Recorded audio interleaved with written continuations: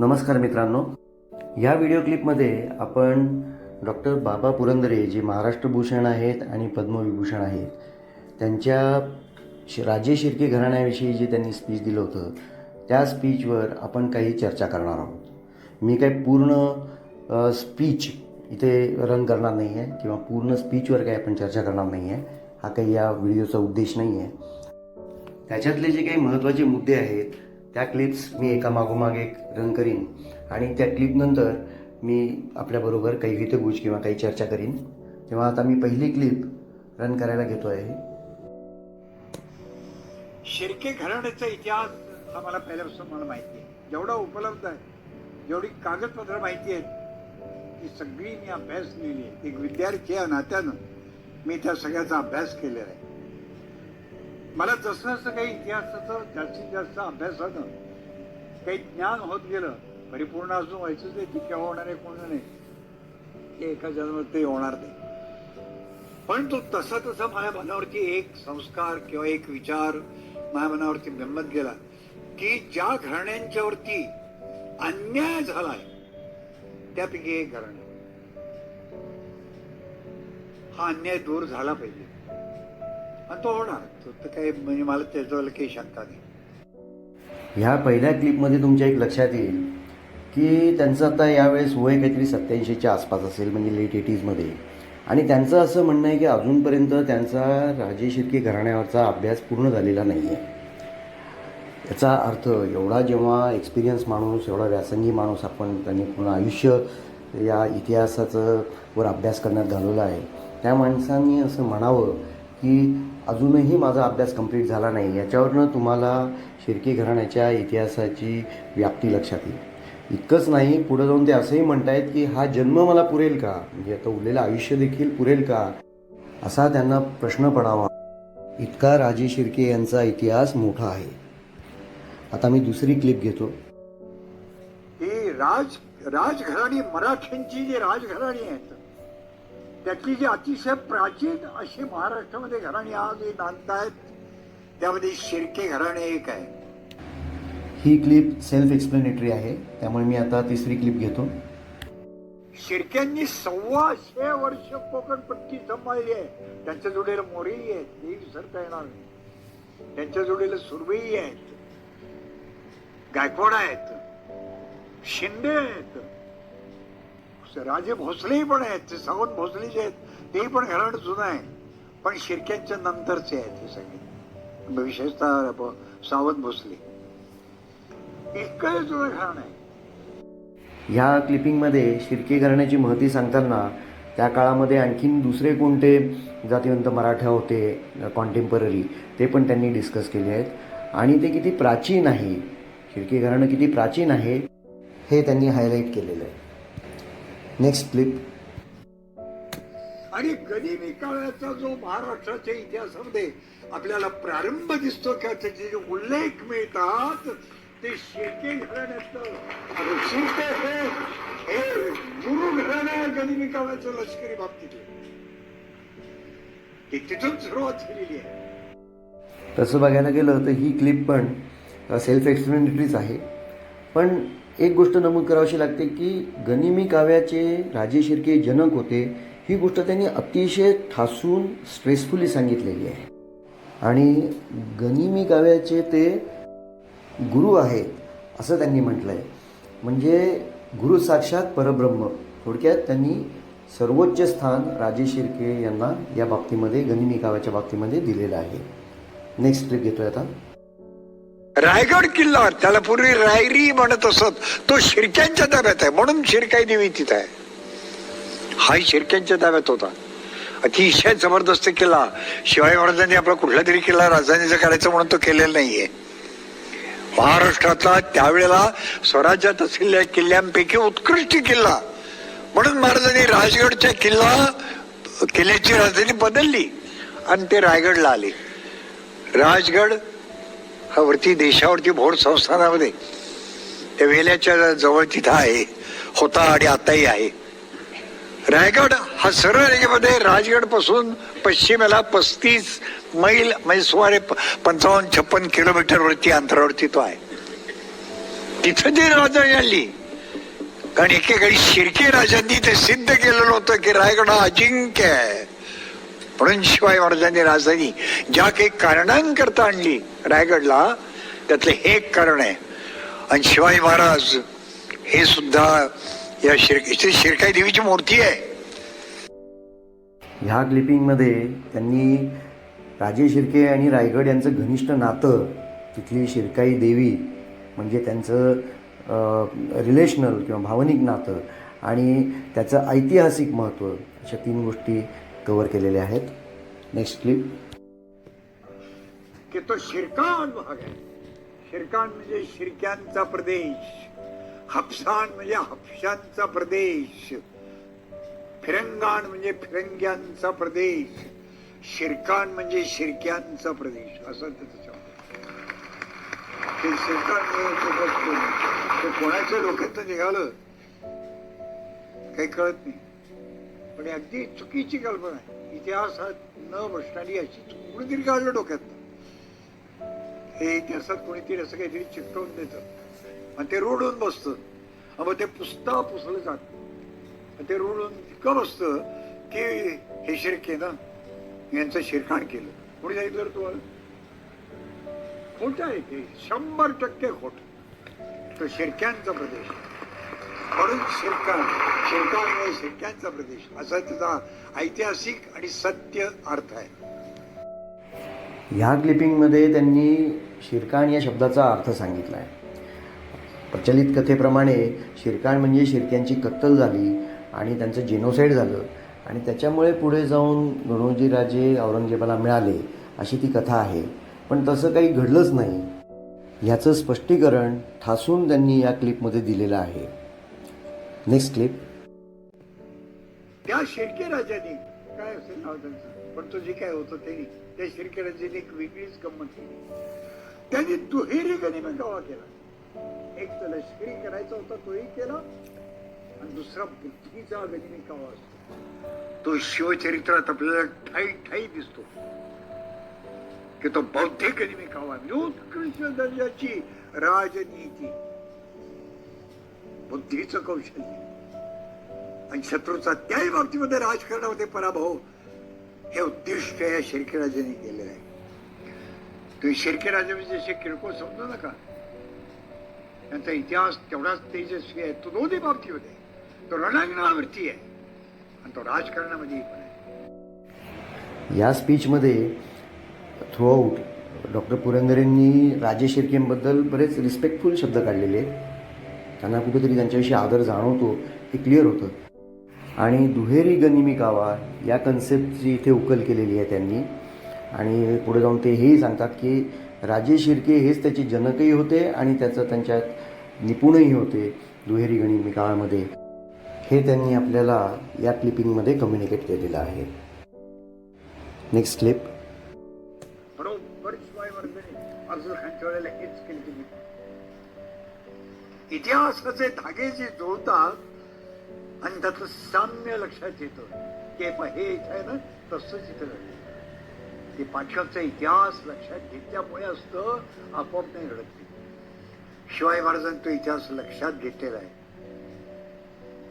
बरोबर अफजल खानच्या बाबतीत त्यांनी अफजल खानला वाईवरनं आणला, महाबळेश्वरला आणला आणि पुढे त्या जावळीत नाही आणला. राजे शिर्के यांनी जो गनिमी कावा सुरू केला त्याचं पुढे जाऊन स्वराज्यात कसा उपयोग झाला त्याचं कोरिलेशन त्यांनी या क्लिपिंगमध्ये दिलेलं आहे. Next clip. मोऱ्यांनी आणि शिर्क्यांनी हात मिळवणे आधीच केलेली होती की याला बरोबर ठोकायचं. आणि त्याला मराठी एक झाले तर काय करू शकतात त्याचं ते उदाहरण आहे. किती ताकद त्यांच्या असू शकते. पुढच्या इतिहासात ते उदाहरण आहेतच, पण इथे पण ती ताकद व्यक्त झाली आहे. मराठ्यांच्या एकीच्या बळाची शक्ती किती मोठी होती याची कल्पना त्यांनी या क्लिपिंगमध्ये दिली आहे. नेक्स्ट. प्रतापगडच्या युद्धाच्या वेळेला सन 1659 तारीख 10 नोव्हेंबर 1659 या दिवशी अफजल खान मारला गेला. तो काळ आहे. तो जो पराभव केला ते करीत असताना भारताने जे काही तंत्र वापरलं ते पूर्वी शिर्के राजांनी करून दाखवलं, म्हणजे धडा त्यांनी घालून दिला आणि पुढे महाराजांनी त्याचा उपयोग केला, अचूक उपयोग केला, की शंकाच नाही, आणि पूर्ण पराभव केला अफजल खानचा. कोकण पट्टीला या मोगलांना, विजापूरगडांना अजिबात कधी यश मिळालं नाही.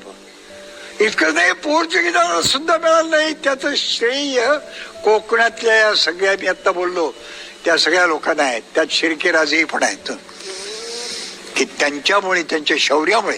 म्हणूनच शिवाजी महाराजांनी पुढे या घराण्याशी आपला नातेसंबंध असावा म्हणून महाराजांनी खऱ्या मायेनं, खऱ्या प्रेमानं, खऱ्या जिव्हाळ्यानं त्यांना असं बोलणं केलं. आजच्या भाषेमध्ये आपण त्याला अपील केलं असं म्हणू शकतो. बोलणं केलं की तुमचं आमचं नातं असावं, आमची मुलगी आपल्या घरामध्ये द्यावी अशी आमची इच्छा आहे. शिवाजी महाराजांना 5 मुली होत्या, त्यातली जी थोरली मुलगी, आज एक बोलतात, उद्या एक बोलतात, परवा तिसरंच बोलतात, आणि पुन्हा असंही म्हणतात की मी कालचं ते बोललोच नाही, असंही पण म्हणतात. पण या शिर्के राजांना त्यांनी स्वतः महाराजांनी बोलणं केलं त्यांच्याशी, किंवा असं नातं तुमचं आमचं व्हावं. ह्या क्लिपिंगमध्ये शिवाजी राजे भोसले आणि राजे शिर्के यांच्यातली संबंध किंवा सोयरिकी ते कशा झाल्या त्याची जराशी बॅकग्राऊंड डिस्कस केलेली आहे. Next clipping. मग शिर्के राजांची मनामध्ये एक कल्पना आली की आमची मुलगी आपल्या घरामध्ये आम्ही द्यावी, तुमची मुलगी आमच्या घरात येतो. साठं म्हणतो आपण त्याला, साठं तर आमची मुलगी आहे ती पण आपल्याकडे यावी, आपल्या मुलाला आपण ती करून घ्यावी. महाराज त्यावेळी काही छत्रपती झालेले नव्हते, महाराज हे राजे सरदार होते.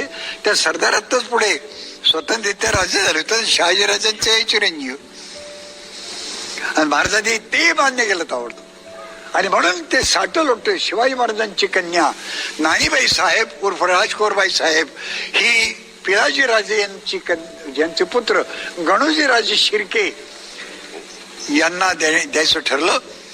आणि पिलाजी राजांची कन्या येसुबाई साहेब उर्फ जीवबाई साहेब, तिचं दुसरं एक नाव आहे जीवबाई साहेब, ही महाराजांचे चिरंजीव संभाजीराजे उर्फ शंभूराजे यांना द्यायचं ठरलं. लग्न झालं. जरी ते तिकडं आदिलशाही मधले होते तरी महाराजांनी त्याच्यावर तोपर्यंत हल्ला केलेला दिसत नाही. पण महाराजांनी त्याच्यावर हल्ला केलेला नाही. महाराजांनी इतर भाग घेतलेले आहेत, पण शिर्क्यांच्यावरती हल्ला केलेला पहा दाखवा, आपल्याला सापडणार नाही. कारण महाराजांना हे राजकारण पुढं चांगल्या पद्धतीने आणि प्रेमाचं नातंही पण पुढे चांगल्या पद्धतीने स्थापित करायचं होतं, म्हणून महाराजांनी त्यांच्यावर हल्ले केलेले नाहीत. प्रेमानं जिंकले, मायेनं जिंकले, खऱ्या जिव्हाळ्याने जिंकले, की तुम्ही आम्ही एक आहोत हे दाखवायचंय.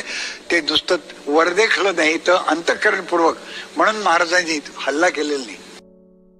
ह्या क्लिपिंगमध्ये त्यांनी साठं लग्न याच्याविषयी प्रकाश टाकलेला आहे. आणि राजे शिर्के राजे भोसले यांच्यातले संबंध किती घट्ट होते ह्या बाबीवर ह्या क्लिपिंगमध्ये त्यांनी विशेष भर दिलेला आहे. Next clipping. तर त्यावेळेलाही राजे शिर्के हे महाराजांच्या बरोबर असायचे.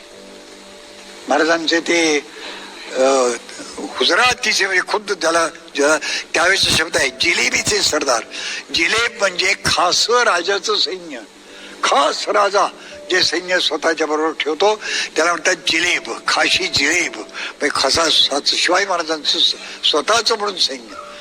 हमीरराव मोहिते आहेत, सेनापती आहेत, सगळ्याचे सेनापती ते आहेत, इतरही सरदार आहेत, पण ही खाशी जिलेब आहे. त्यामध्ये शिर्के राजे आहेत. आणि त्यांनी गाजवलेले पराक्रम हे दक्षिणच्याही पण इतिहासामध्ये नक्की नक्की नक्की त्याच्यामध्ये त्यांचा भाग फार मोठा वाटा आहे. तंजोरकडे महाराज गेले त्यावेळेला. पण असा हा सगळा इतिहास अत्यंत महत्वाचा हा शिर्के घराण्याशी संबंध आहे.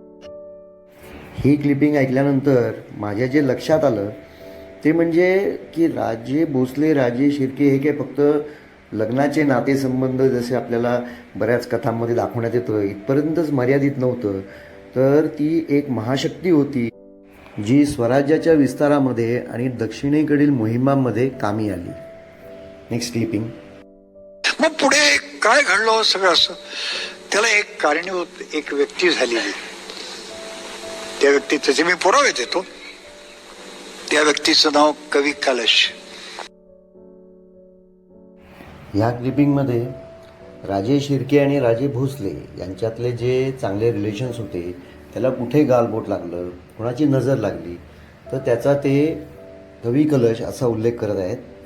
आणि कवी कलश या संदर्भात त्यांच्याकडे कागदोपत्री पुरावे आहेत असं देखील ते स्पष्टपणे सांगतायत. Next clipping. त्या व्यक्तीचं नाव कवी कलश. हा कनोजी ब्राह्मण आहे. हा दक्षिणेमध्ये आग्र्याच्या वेळेपासूनच महाराजांच्या संबंधात आला आणि तो दक्षिणेमध्ये आला. शिवाजी महाराज असतानाच कवी कलशचा रायगडशी संबंध आहे. त्याचे कागद आहेत काही सापडलेले आहेत, त्याच्यातनं तो तिथे त्यावेळेला आलेला दिसतोय. मग तो रायगडवरतीच राहिला. संभाजी महाराज पुढे छत्रपती झाले. महाराजांच्या शिवाजी महाराजांच्या मृत्यूनंतर त्यावेळेला त्याला महत्व प्राप्त व्हायला लागलं, कारण हा स्वतः शाक्त होता. हा देवीचा भक्त आहे. देवीचा भक्त असायला शिवाजी महाराज पण भक्त होती की त्याला काय हरकटी होती की काय, पण तो शाक्त पंथानुसार तो वागत होता. शिर्के देवीचे भक्त आहेत, भोसले देवीचे भक्त आहेत, पुरंदरे पण देवीचे भक्त आहेत, पण ते शाक्त पंथीय नाहीत. म्हणजे ते जे पंचमकार आहेत त्यातले त्या तुम्ही आम्ही नाही.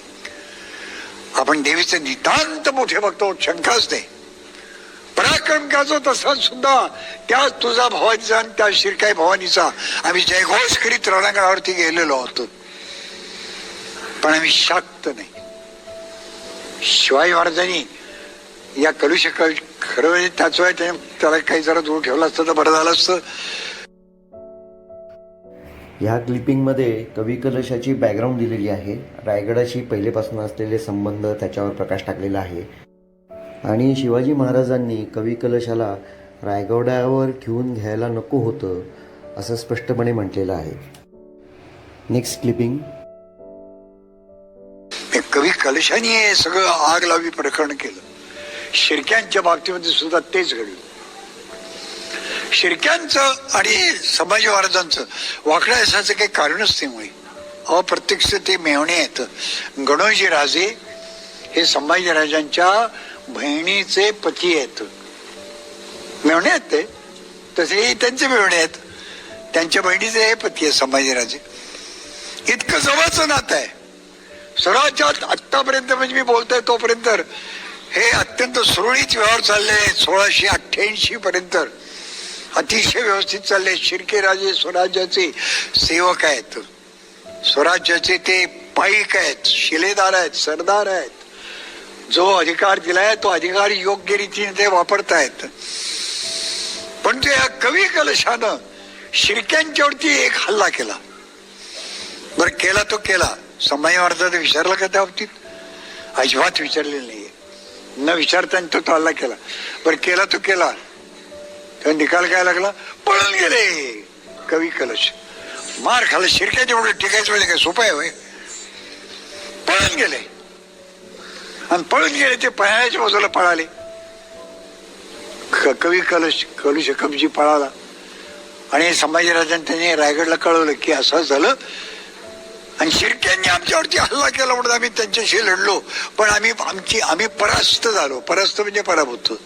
आमचा पराभव झाला, आम्ही पळालो. खरं संभाजीराजांनी इथं लक्षात घ्यायला हवं होतं की या कवी कलशाची लष्करी लायकी काय?